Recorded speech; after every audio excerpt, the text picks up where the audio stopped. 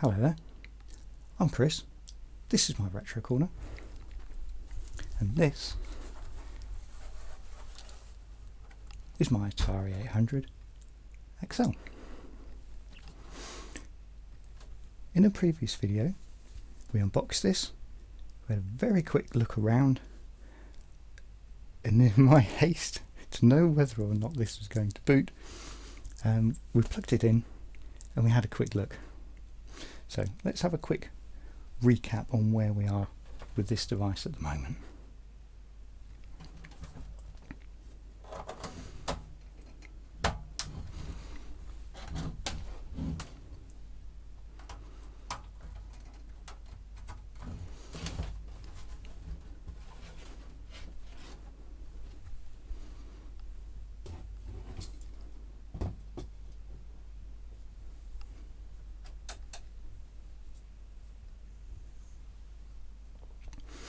All wired in, set it to the right channel. So when we turn it on, power light comes on, and after a slight pause it says it's ready. So it's pretty cool. But what was happening is the keyboard wasn't working. But now it is. This is the very first time I've seen this keyboard do anything. So that's pretty bizarre.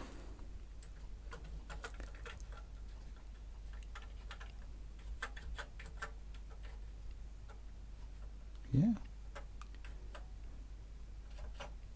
Well.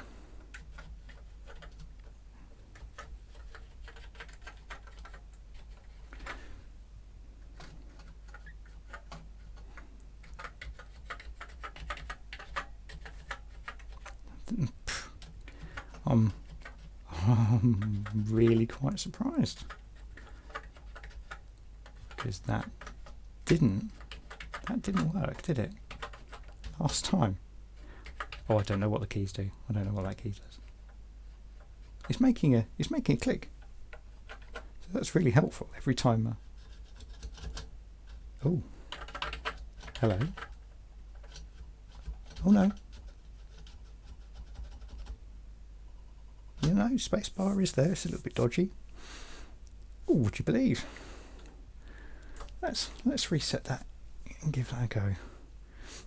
I know nothing about BASIC on the Ataris, so we'll just do something ever so simple.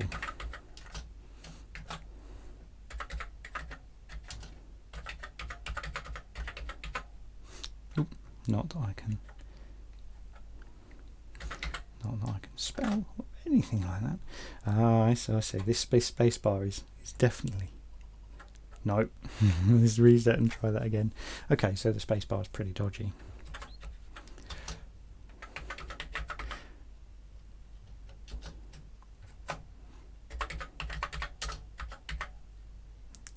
Very dodgy, in fact.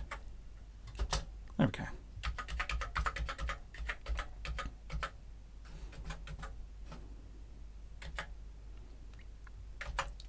To look for the return key because I didn't know where it was. With the brown keys, it felt an awful lot like my VIC 20, and I was expecting the return key to be here, and it certainly wasn't.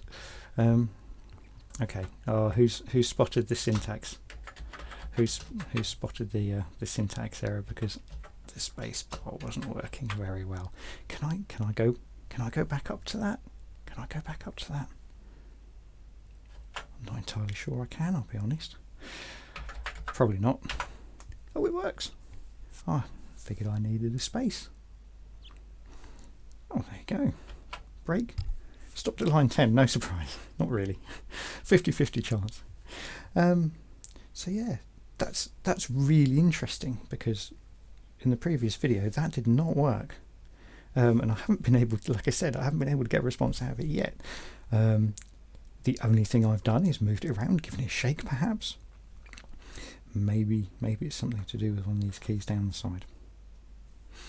Well, there we go. I'm pretty happy about that, I'll be honest. Okay, all right. I'm very keen to have a look at what's inside here. So let's turn this off.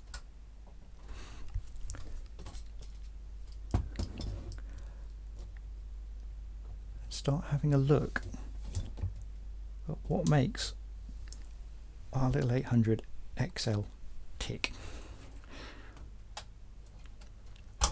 Perhaps I shouldn't actually go poking around in it if it's now working. I was half wondering. If you've seen one of my previous videos, I had a quick look inside a Commodore Plus 4 that again I bought knowing that it wasn't working. And very carefully I lifted the top off to make sure that I didn't yank the cable and rip the keyboard cable, to find that it wasn't actually plugged in anyway. So yeah, let's open this up and have a little look inside. First up, we'll get a mat to put it on.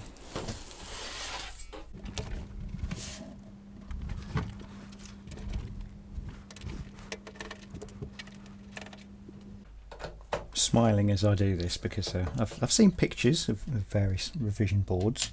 I can't remember them anymore now. So yeah, it's going to be a surprise to find what's in here. I know that very early versions have socketed chips, whereas later models, most manufacturers sort of got a computer out there and then worked out how they might make them a little cheaper to produce, and therefore a bit more competitive, especially when a new model computer would come out.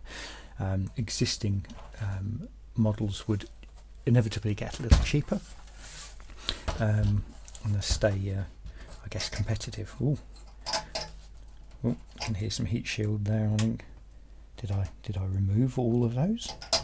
Feels like I may have missed one. Just in that corner, it feels like it's. So this is quite a weight to this. It's quite it's odd. I can't describe it. There's quite a heft. There's quite a heft to the device. It's sturdy, for want of a better phrase, I suppose. It's quite sturdy. So it kind of fills you with some. What's the word I'm after? Sort of find it reassuring. Okay, let's very carefully. Oh, there we go. Fine, no problem. Okay, so yeah, gingerly opening the case there to reveal that we have indeed got the keyboard plugged in, at least in this computer. Like I say, we didn't in my Plus 4. I'm assuming that's for grounding the flap just over there. It's dusty. There's a few little dust bunnies running around on the circuit board, but oh yeah, quite a few down that side. Lovely. But then again, of course, after some 30 odd years, 35 in this case. Oh, what is that? Ooh. Oh, I don't even want to know. No, don't want to. Straight in the bin. Yeah. So when I first saw one of these, I was probably about 9. I was still at primary school. One of these was owned by friends of my parents, Julie and Alan Hancock. I think it belonged to their lad Andy. Maybe it might have been Steve's. But I saw their eldest son. But yeah. Right, let's take the keyboard out. Go really easy with that, because obviously I want that to work when I put it back in again later. Let's pop that to one side and have a quick snoop. Not a lot to see, to be honest. The SIO port over here. So on these Ataris, the SIO port it was a digital interface. A lot of computers at the time, for instance, the Spectrums and the likes, Acorn machines. So definitely the Electron. I've got one of those. Transferred analog signal into the computer, and then it was converted digitally, I believe, with the Atari range of computers. that transformation was done from analog to digital in the tape device itself, much like the Commodores of the time. So again, sort of the plus 464 VIC-20 before it. So yeah, again, sort of adopting a similar sort of Commodore thing. So it's digital signal that came into this. So yeah, you can't see too much on there. Stick with me for a future video, because I want to mod an SIO lead and have a look at how I can load programs into this in a slightly more modern fashion. I haven't got a tape deck for this at the moment. Obviously I'd love one. The tape decks for these come with this fantastic styling. Again, they sort of perfectly match the 800 styling. So yeah, I'd look forward to one of those in the future. But for the moment, I'm just wondering how you get the heat shield off, because it looks like it's screwed in perhaps from the other side of the board, and as I can only see, two screw heads, sort of one over here and the other one, where is it, just there. I'll be honest, I'm wondering how to get into here and have a snoop around. Okay, let's take out the screws that we can actually see and see if the board feels any looser. I'm not convinced it will. Looser, is that a word?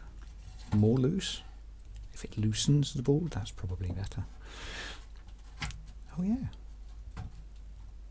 Oh, okay. Right. Somewhere in the back of my mind, I remember seeing something that said you need to be a bit careful of these. Don't just yank these out, otherwise you can kind of break ports on this side, or worse, I suppose, because you can replace ports at the end of the day. Worse, killer plastic.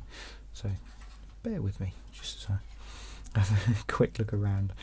I'm like I say, I'm brand new to these. I'm not an electronics expert, so I'm kind of learning these with you through these videos. So I do want to be very careful. Let's see if moving the switch helps any. There's going to be a knack for doing this. If you know that knack, get in touch. Oh, there we go. I think we're good. Oh, cracking plastic noise. Oh, that cannot be good, can it?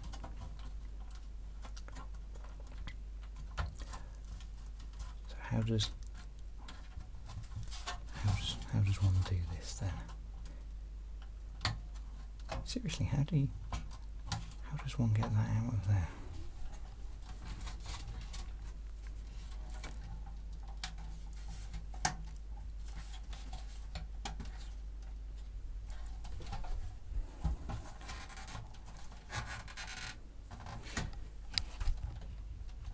Cool, that's a really tight fit.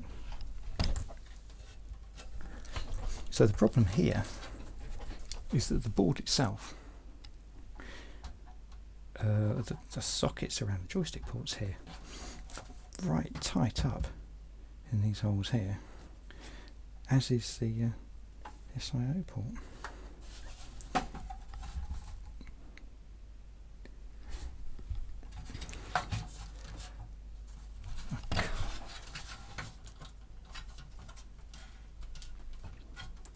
Yeah, nervous, very nervous.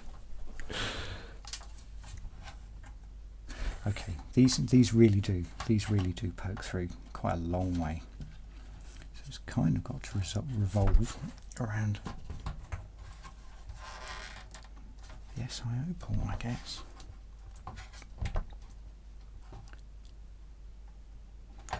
Oh, I'm going to end up breaking this on camera, aren't I?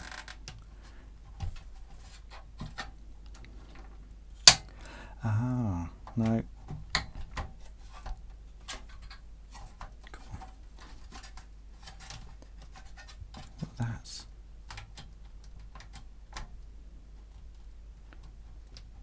Okay, so if it's not going to go that way, perhaps if I put this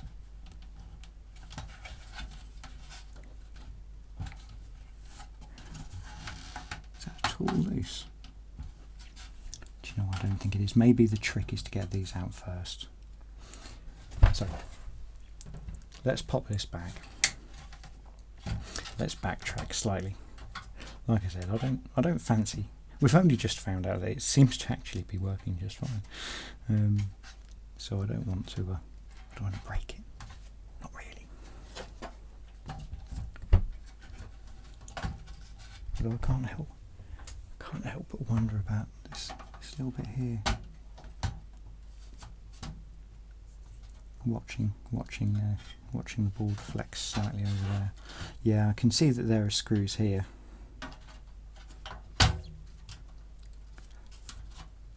Oh, there we go. Just a little bit of a nudge. I think. Oh dear, yeah, the shielding is catching just there.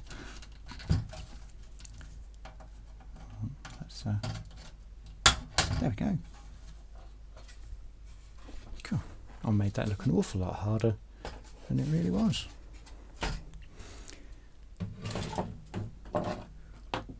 Well, okay then. Right, so our board's out. Very keen to see what's under this RF shield. Seeing nothing. Seeing nothing through that. Let's have a quick look around the board and just see if we can't find any sort of identifier marks on that board.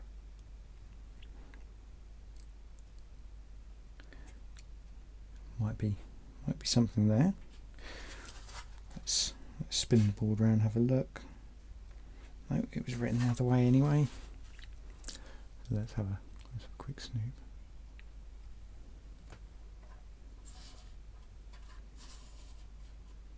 Revision D. There we go.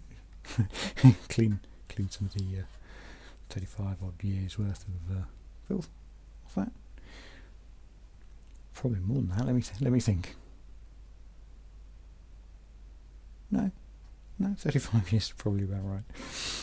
Let's spin this over. Oh, there really isn't anything to see, is there? Wow, lots of dust. I'll do a proper clean up of this at some point soon. You can see that it's picked up a fair amount of rust, so it's obviously not affecting operation if it's actually working okay. But yeah, so it obviously picked up some moisture at some point in the past. So I'll take this off. And possibly give it a clean up at least. Possibly a spray. Might leave it original. Who knows? You can't see it from the outside. It'd only be me and you. That knew I'd sprayed it. Okay. Are these going to come out without a fuss? Yes, they are.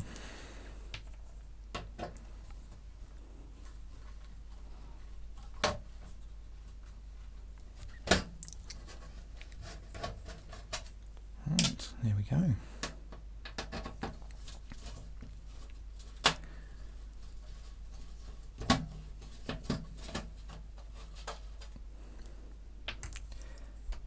Crikey. Atari did not really expect anybody to be taking these apart, I don't think.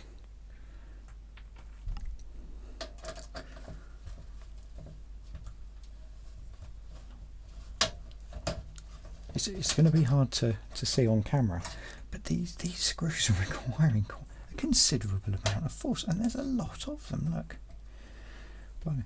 I might have to double check that I don't need to undo both those. Oh, I do. Yeah, I definitely do.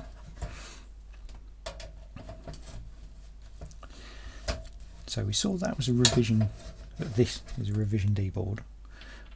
So I'm kind of guessing that D is fairly late on. in the life of the 800. I need to differentiate, of course. This is an 800XL as opposed to the Atari 800, which was a different computer. All part of the same family, but they are a bit different. They have different capabilities.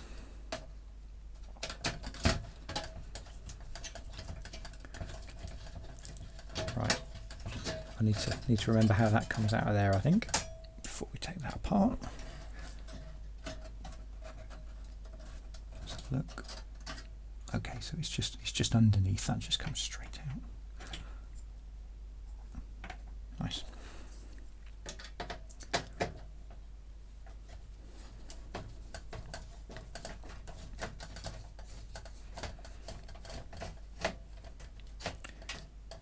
Brilliant. Okay then. So take the bottom shield off first. And we see nothing extra. There we go. That's what it looked like originally. Maybe I'll be able to soak that in vinegar of sorts, maybe, and get that looking a little nicer, perhaps. What's under the paper? Ooh, not a lot but circuit board, but that's fine. That looks really rather nice. Let's have a slight close-up look of that. I can feel the RF shield on the other side slipping away.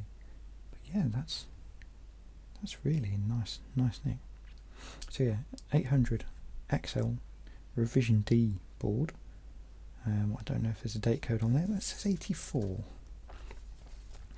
Actually, so 84. I was actually 9. There we go. So I thought I'd seen one of these when I was 9. I think that's probably about right.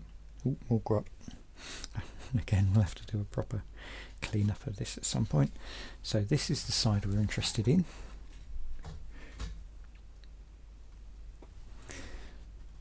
So yeah, let's take off that RF shield and see what's underneath. Again, a little bit dusty, but very nice. I must admit, looking at pictures of these online, the boards look ever so tidy. They look ever so neat. Everything sort of seems to flow and make sense. Like I say, I'm not an electronics engineer. I'm a hobbyist. I have a very keen interest in old computers. I'm in the IT support industry, so yeah, a little bit of a geek anyway. But yeah, I'm pretty new to this. So part of the channel is me learning about these computers. Hopefully us learning together, especially when it comes to sort of fault finding and troubleshooting. So yeah, just having a look around, seeing if I recognise anything, which I really don't. But cool. Retro glasses, just so I can get a bit of a closer look. If we can, we'll try and see what's what, see if I recognise any markings on any of these chips.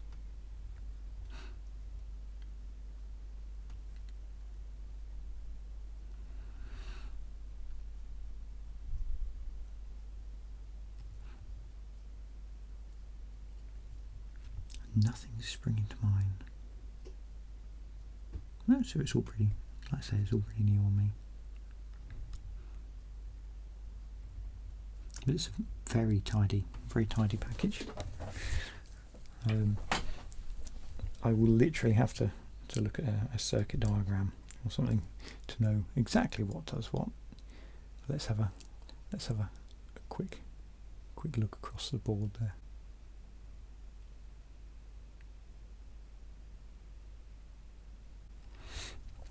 Again, looks really clean.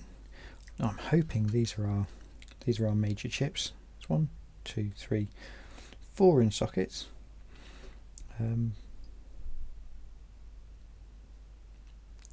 Yeah, I'm going to go away. I'm going to do my homework and find out what's what.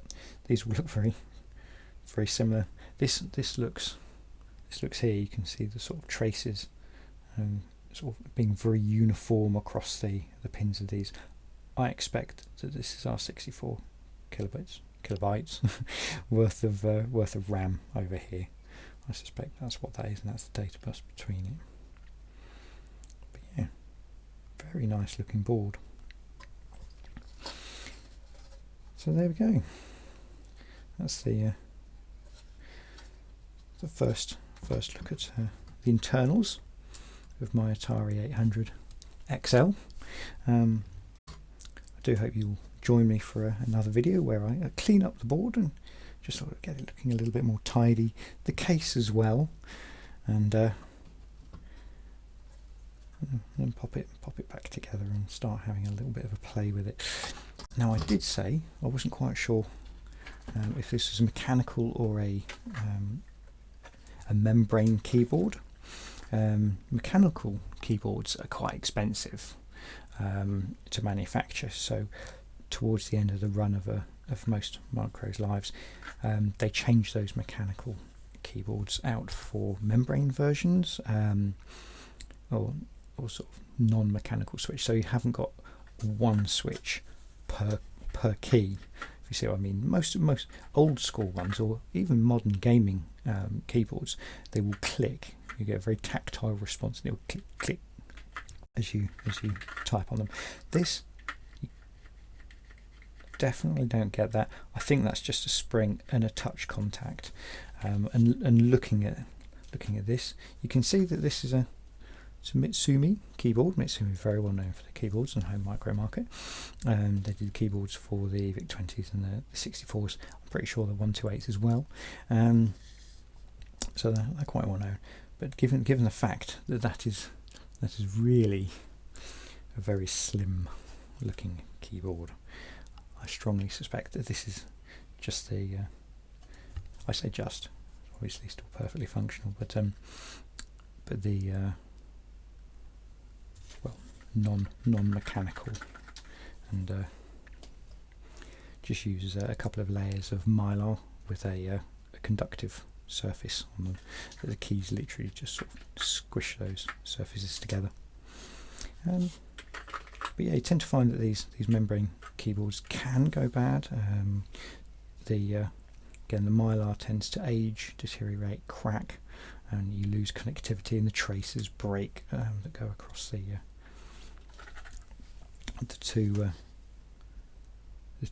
two sides of the upper and lower parts of the membrane. But as demonstrated earlier, that seemed to work, which is a real surprise.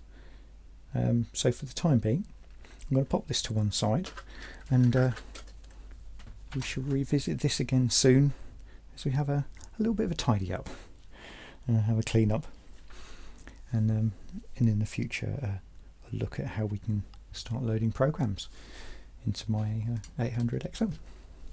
Anyway, thank you very much for joining me, and I look forward to seeing you again in another video soon.